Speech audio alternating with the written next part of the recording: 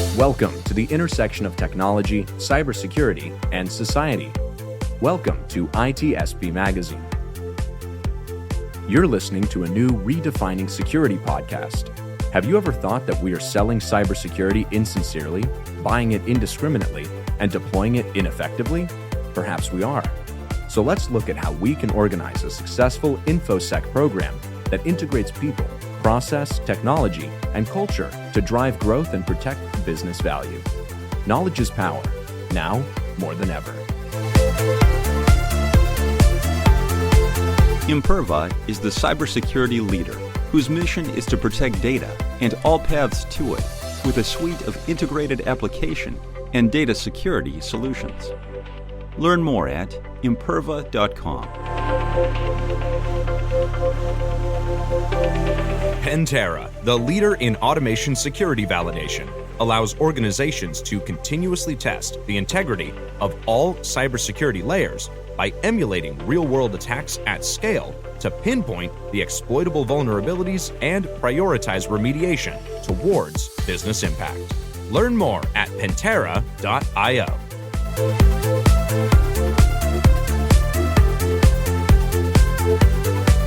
Marco.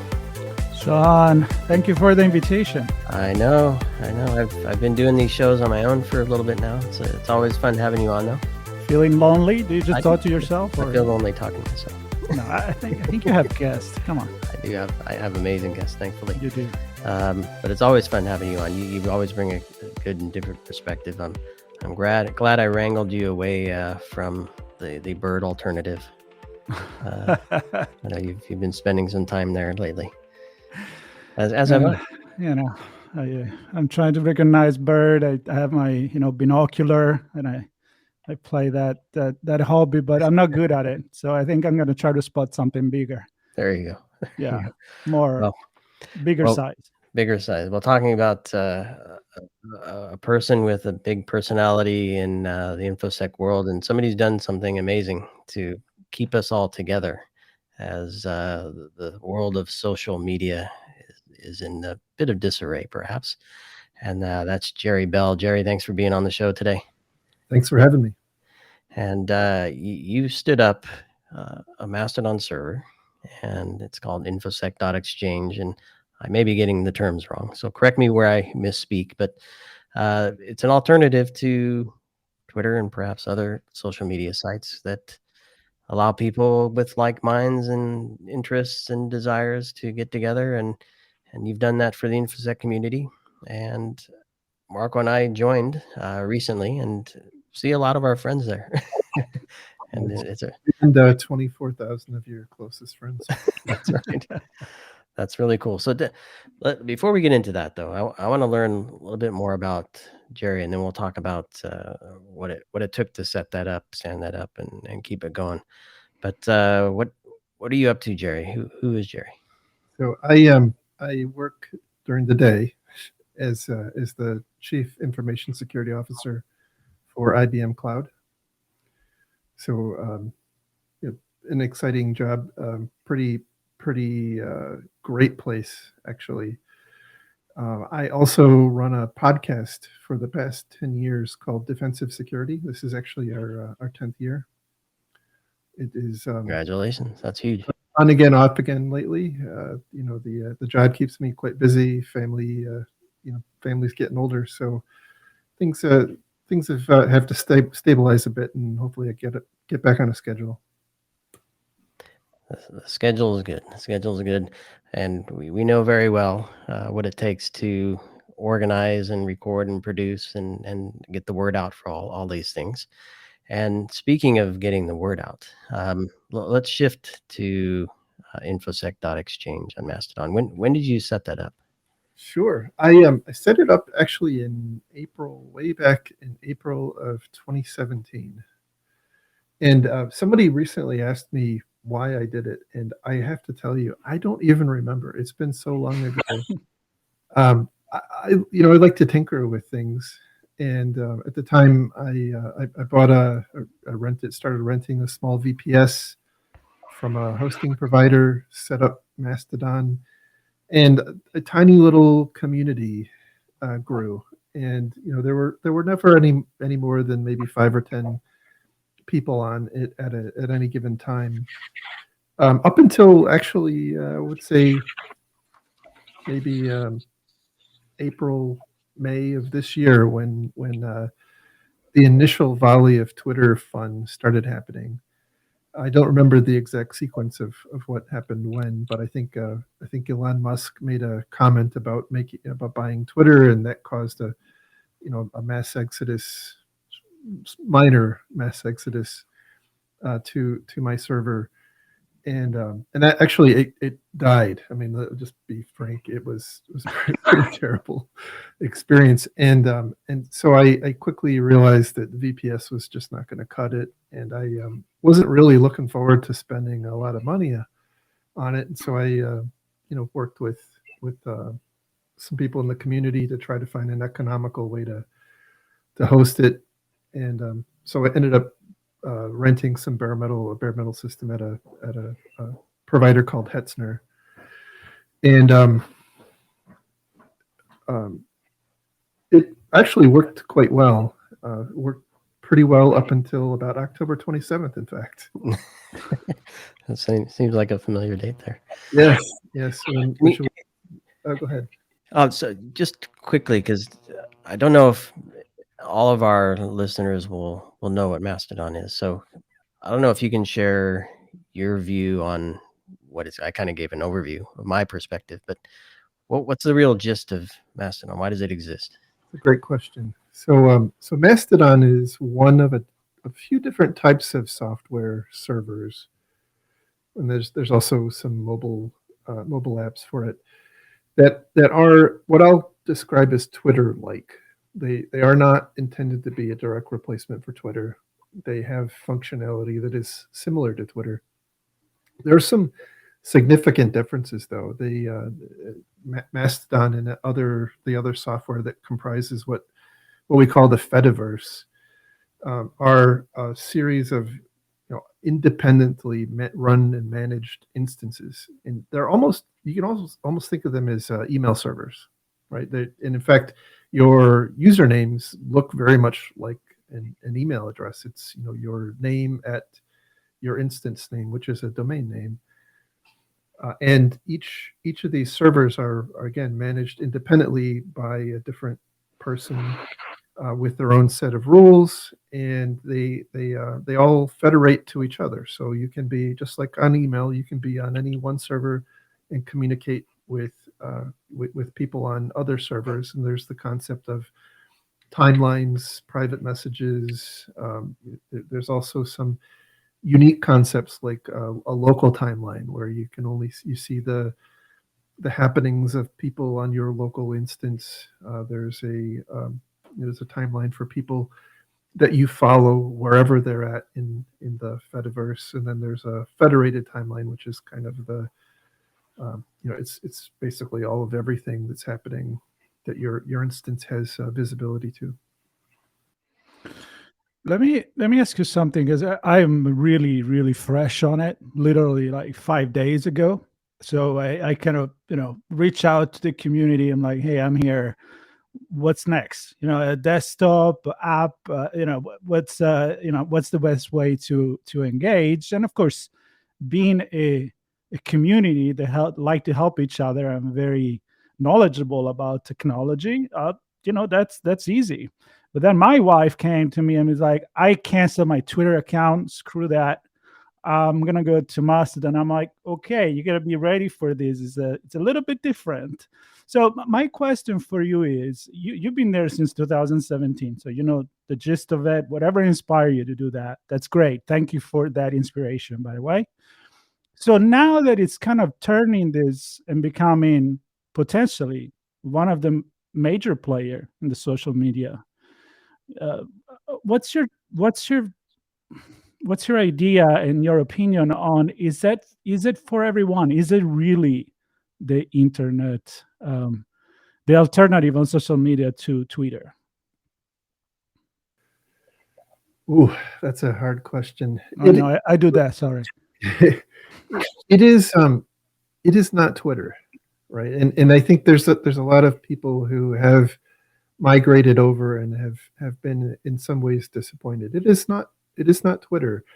It was designed to do, it's designed to, again, as a social media network, but it has different core principles in mind. It's not algorithmically based, right? So the whole point of Twitter was to get things in front of you that drove you to engage. And quite often in the case of Twitter, it was putting things in front of you that that might anger you, frankly, because that would get you to to stay there longer, to post, to view more ads, and so on. And that's really not what Mastodon and the Fediverse is all about.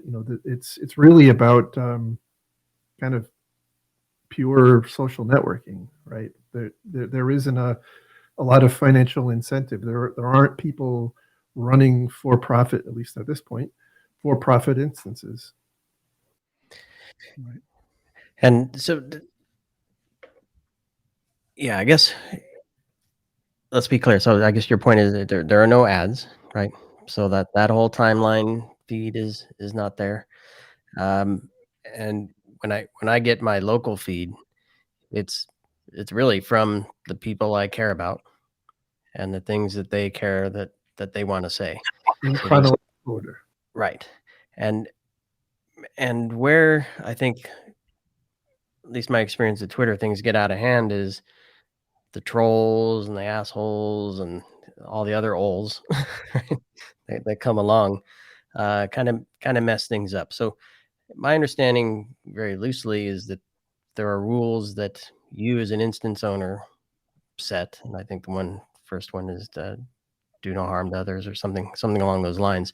But the point is, you kind of say, here's what this community is about.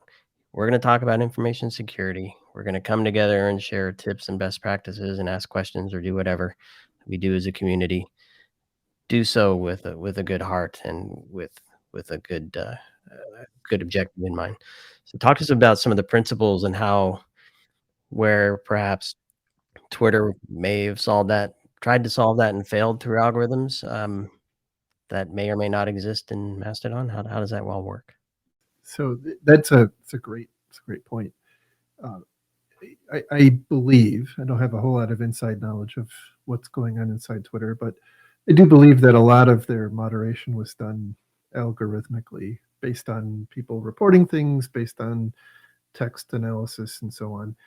In Mastodon, again, we're like 3 orders of magnitude smaller. So let's just be pretty frank about that too. It's all done by humans. I ended up having to recruit a team of I think it's 7 moderators to help keep the riffraff off the timelines. And we built a lot of it was pre-existing, but we built a set of rules that we feel are reasonable, compatible with our beliefs about how we should treat each other, and then also about how we want others from other instances to treat our people on ours, and then vice versa. So I think they're pretty sane. No gratuitous obscenities, no hate speech. Basically treat each other as you think they would like to be treated. Oh, you're muted, Marco. There you go. You think I would know by now to push that button? You press the other button. Now, I have to be aware my dogs don't start participating in the podcast. No, that's the thing that I love. And I have to say, I made a joke a couple of days ago, and I said, I don't remember the last time I was so excited to get up in the morning and go on a social media. Was probably back in the time of MySpace. And of course, I'm dating myself here with that. But I did find that excitement. I found that community that is helping you. And I just love the fact that I decide what hashtag I'm going to look for instead of having fed constantly weird stuff that I really don't want to. So I think we all agree with that. But what I really want to hear from you, and I've seen it in these few days, the community. It almost seems like the InfoSec community was just waiting for something like this to happen. I don't know. I think we have tried to do that on Twitter. I know people were having discords going on. I know other people have used some other channel, but I feel like this is really, it was meant to happen, and I'm seeing some beautiful interaction there. So tell me about that. I mean, how is the community contacting you and helping you also? Fabulous, fabulous observation. So I've been in the security community for quite some time, and I will say Twitter was a huge part of of the community. Was how we interacted. I've made many friends through Twitter, and I'm super happy that I had that experience. But the direction that Twitter is headed in is pretty antithetical to what a lot of security people hold, kind of close to their heart. The one thing that I was overly aggressive in this, but I felt like I felt a sense of duty to provide a landing spot for people who felt obligated to move, right? For whatever reason that might be, I wanted to give them a spot to congregate and kind of pick up, to the extent you can do that in Mastodon, to pick up and carry on. And it has been just mind blowing. So, by way of example, when on October 26th, we had 180 active users on the site. I just looked before this, and we have over 24,000. It's crazy. And that has been has kept me awake most nights. I've learned more about Linux, the innards of Linux and Nginx and Ruby on Rails and Postgres than I've been adminning Linux stuff since the early 1990s, and I think I've learned more in the last 2 weeks than in the 30 years prior. It's incredible. And I want to get to your podcast, but there's one thing I had a question on, and it's this fedified list. And I'm a little confused at what that is. Is that a specific? Is there a fedified list for the whole federation, or is there one specific for InfoSec.Exchange? It's basically a way to find people who have both Twitter accounts and Mastodon accounts. Is basically you tag your Twitter account with your Mastodon handle and vice versa, and it basically provides a search engine for people on Mastodon to look up and look for their friends that were on Twitter and reconnect on Mastodon. Interesting. So I'm going to lead with the community thing, because I'm going to go out on a limb and think that your work with your podcast is also for the community. And so maybe can you tell us a little bit about what you talk about? First, when did you start it? What was the goal? What are some of the things you talk about on the show?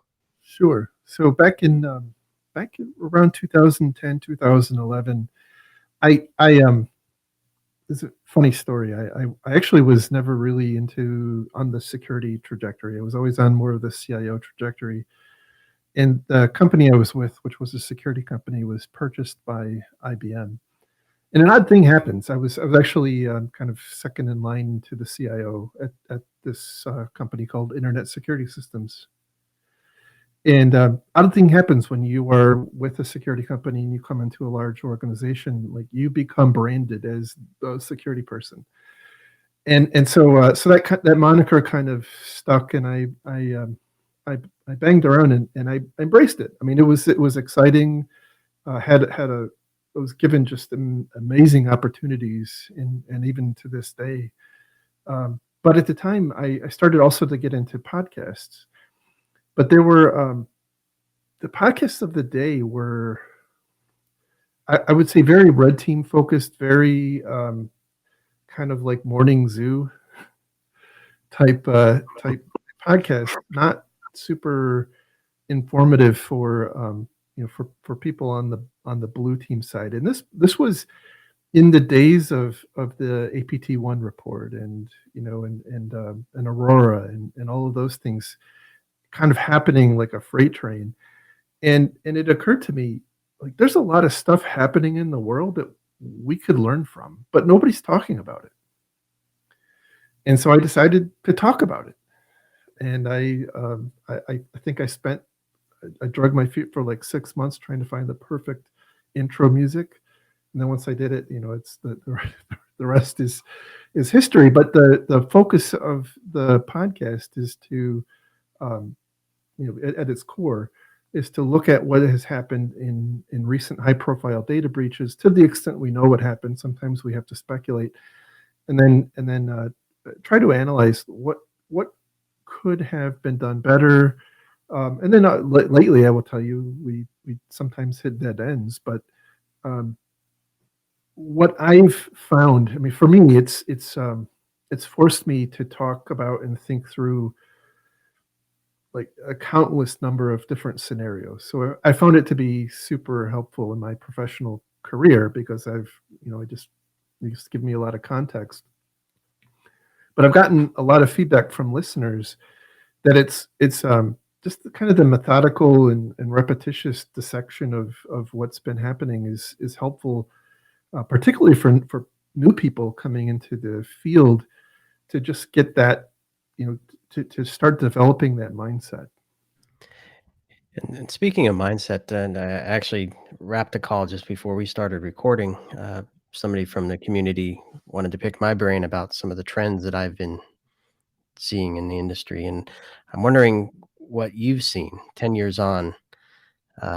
Clearly, cloud is a thing now, but I don't know, what are some of the big changes you've seen in terms, I don't know, team-wise, process-wise, program-wise? I don't know. It's the attack techniques and the things that are targeted seem to be like a pendulum that swings back and forth between infrastructure being the thing that's attacked, to endpoints, back to infrastructure, back to endpoints. That is one observation. In terms of going forward, the thing that concerns me is, and partly because of where I'm at, but also partly because I just think this is a new area, is what I'll call cloud native attacks. Right? We there's only so many different ways ransomware can get into an organization, and there's only so many ways, phishing can be delivered. But and a lot of that stuff has very mature defensive techniques against it. But where I think we are as an industry, not yet fully reckoning is this, this cloud native attack surface of API keys and cloud control panels and whatnot, where today, to an extent, this is already a problem. But today, when people post their API keys into GitHub, and we've by the way found that it takes about 3 hours on average from the time you upload a API key into GitHub until the time somebody is actually actively using it. We find that they're just mining crypto, right? That they take your key and they spin up VMs with with GPUs or what have you, and they mine crypto. But that's going to stop sooner or later, right? We've seen some again, what I'll call cloud native attacks. There was a company named CodeSpaces about 5 or 6 years ago that was completely wiped out. They were in business one day, kind of a GitHub type company. They were in business one day. The next day, they were out of business completely because all of their infrastructure, all of their data, everything was in an AWS account. They actually had designed the account pretty well. They had failover across across regions. They had backups into S3 buckets that were properly protected, but somebody had access to their cloud account and deleted everything, and it was gone. Wow. And so resilient but not redundant. Exactly. So I think these are the types of things that as more organizations move to the cloud, and attackers are going to adapt. And so we really have to, as defenders and IT organizations, we have to adapt as well.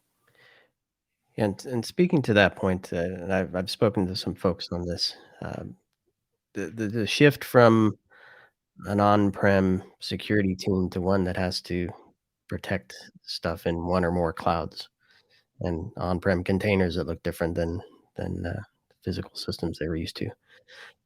How do you see that shift taking place? Are we on the right track? People talking about the right things, changing? Do we need to restructure the teams differently? Do we need different training? What are you seeing on that front? That is a really complicated question. And it is, I think it's pretty situational to the organization. But I will say, one of the big differences I see a lot of, well, look, there's lots of different consumption models for cloud. And I'm going to talk more about kind of pure, compute storage and whatnot. But even there, you see companies who will outsource like they'll move their test labs or the development labs into the cloud because they're not willing to move their production environments. But one of the interesting things about that is, where does a test lab live when it's on-prem? It's behind 12 firewalls and like it's in a closet in the basement and it never sees the light of day. But in cloud, it's fundamentally different. Like there is very little that protects you or protects those workloads from the internet. I mean, they're just right there. It is a button click away, and so it takes both a different mindset, especially in the context of development, but also I'm of the mind that relying on people to always do the right thing is just going to be a recipe for failure, right? You really have to have some some technology enablement to make sure that people are able to consistently do the right thing. And so that's, that might be using CSPM or many of the other acronyms that are evolving. Yeah. So about involving people, if there is one thing that Sean and I have been learning since the beginning of ITSPmagazine, which is now like 8 years, something like that. And we wanted to connect the society, the business, the technology, and the cybersecurity. And so I want to pick your brain in not only in the changes that you just described in the InfoSecurity side of things, but also how the business and the security team came together, if they are together now. They're not there yet. So what is your perception about things evolving on the conversation between the business and the security, and security becoming part of the business? I'd love to hear your opinion on that. It's this is a really interesting time in the history of IT. There is the concept of shadow IT, which I think everybody's pretty bored with talking about at this point. But the reality is there, right? The ability, the frictionless ability for business to consume IT through cloud providers in the form of SaaS or many other things, I think is forcing a pretty radical change in how IT behaves to be a much stronger enabler of business. And so I think I like to think of it as kind of a virtuous upward spiral, right? The IT is becoming easier to consume because of cloud. That's driving IT departments to become more responsive and to some extent chase after. But I think it is having, at least for the more mature organizations, I think a net positive effect of pulling IT much closer into the fold, because otherwise the business is just going to run off and do their own thing without the IT department, and nobody really wants that, because it's typically not efficient, it's insecure, and so on. Now, I'm wondering, I'm gonna kind of bring it full circle back to the community here, because my sense is, talking about the business and security as part of the business, we're still afraid to talk about our failures and our weaknesses and expose ourselves in that way. And I think we limit those discussions to conferences, for example, right? A talk that's been vetted by an organization and then gets approved by some board that says this is a good talk that we'll let go through. I'm wondering, do you see something like InfoSec.Exchange helping perhaps to shed some light on and be open to, because as you were talking about shadow IT, what is shadow IT when everything's in the shadow, right? So is there a way to maybe take, and I actually made the post the other day, I said, moving from the bird to Mastodon gave me a moment to pause and say, can I change the way that I interact and engage with the community to make it more meaningful, not to just share something because I saw it and I retweeted it, right? But so is there an opportunity here to be a little more honest with ourselves in this way? It's such a good question. I actually call this the blue team paradox, and I've been to my fair share of conferences, and the one thing that you always see are just these super flashy red team talks, right? And that they're about how some red teamer was able to get into an organization through some novel chain of attacks.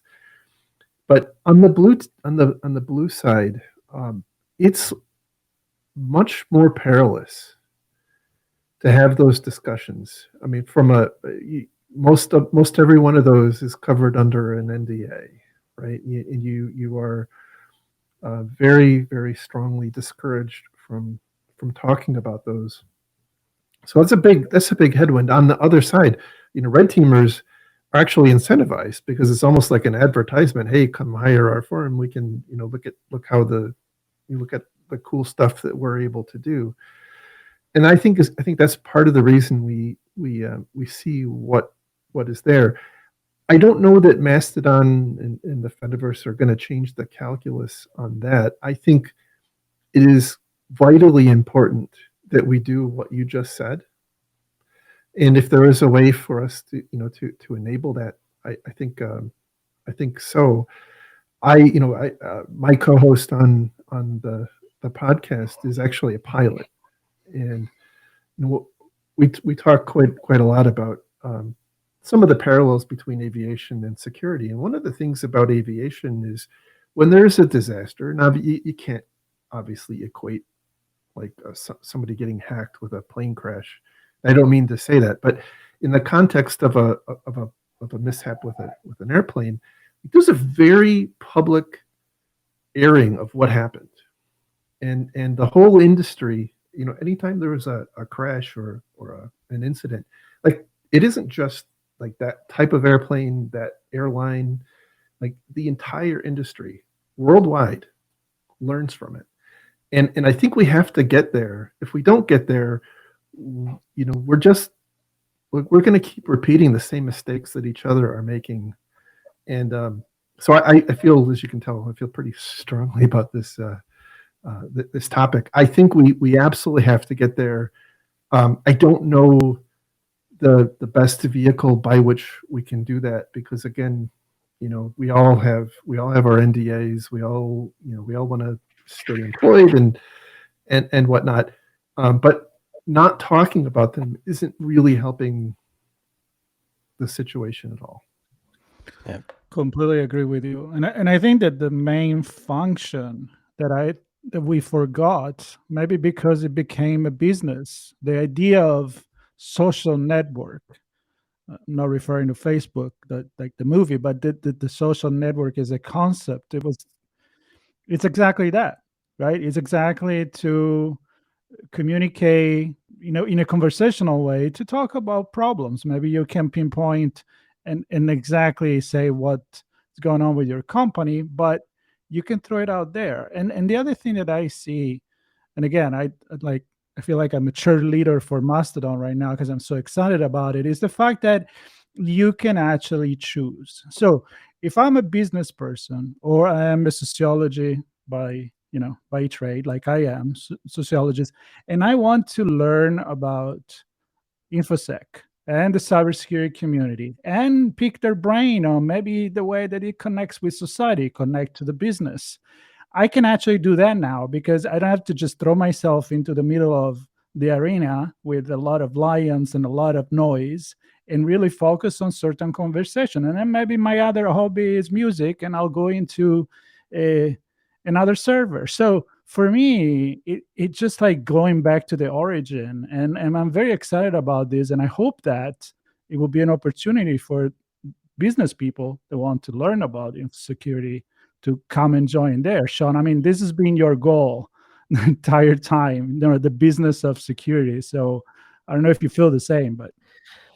Yeah, absolutely. And I think we can certainly connect business, and that's the whole point of this show. But I think there's a broader community that would be interested in what InfoSec.Exchange is doing as well.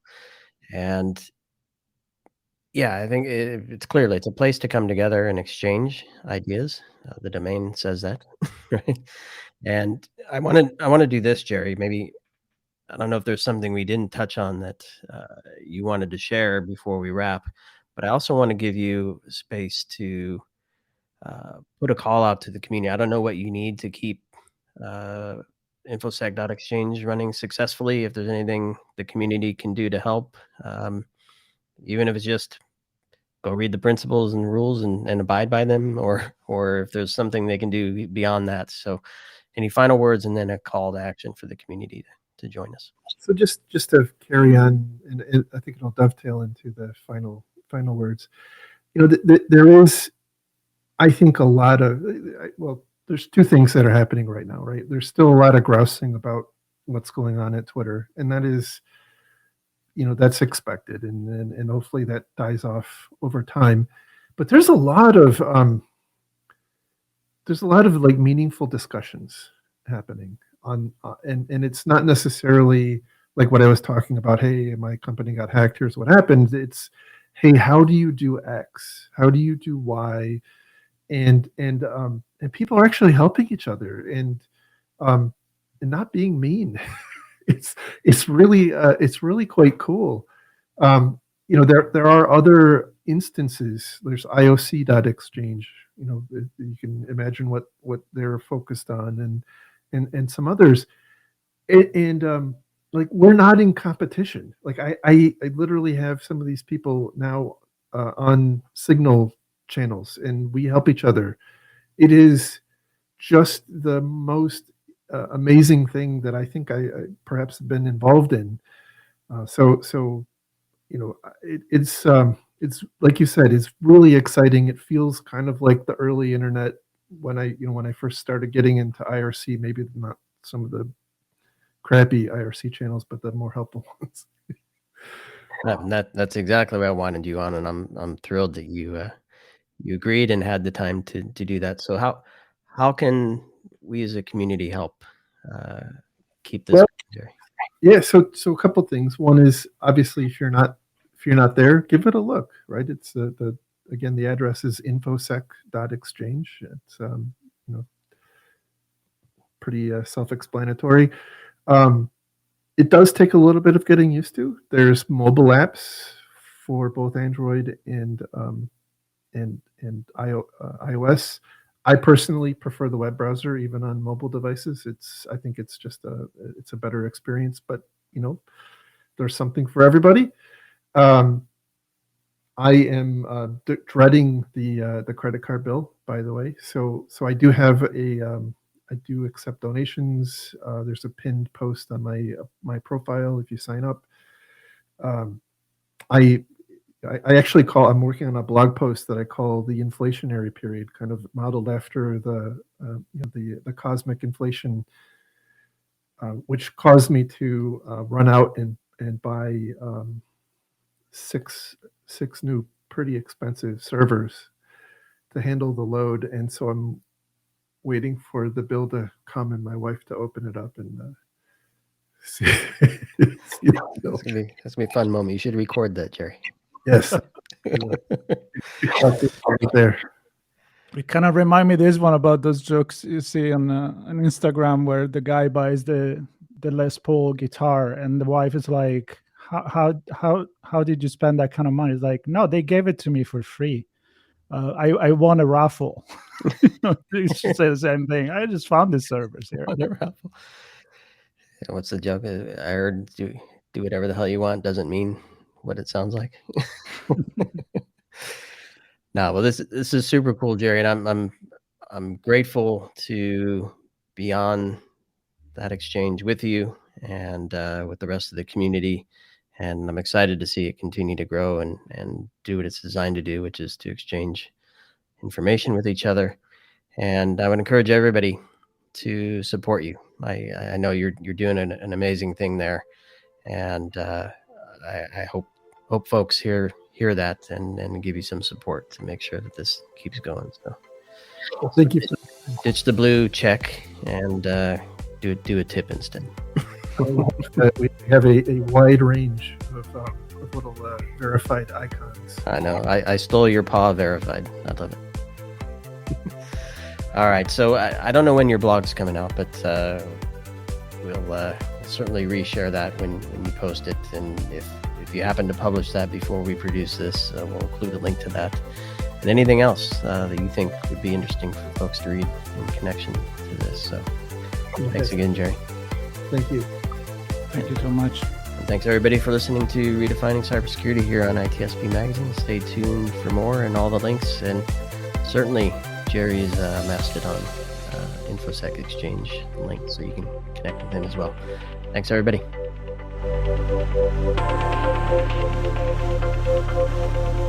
Pantera, the leader in automation security validation, allows organizations to continuously test the integrity of all cybersecurity layers by emulating real-world attacks at scale to pinpoint the exploitable vulnerabilities and prioritize remediation towards business impact.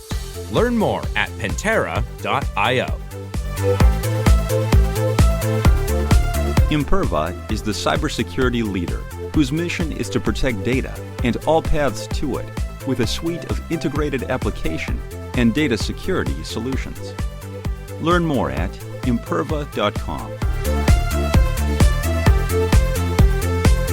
We hope you enjoyed this episode of Redefining Security podcast. If you learned something new and this podcast made you think, then share ITSPmagazine.com with your friends, family, and colleagues. If you represent a company and wish to associate your brand with our conversations, sponsor one or more of our podcast channels. We hope you will come back for more stories and follow us on our journey. You can always find us at the intersection of technology, cybersecurity, and society.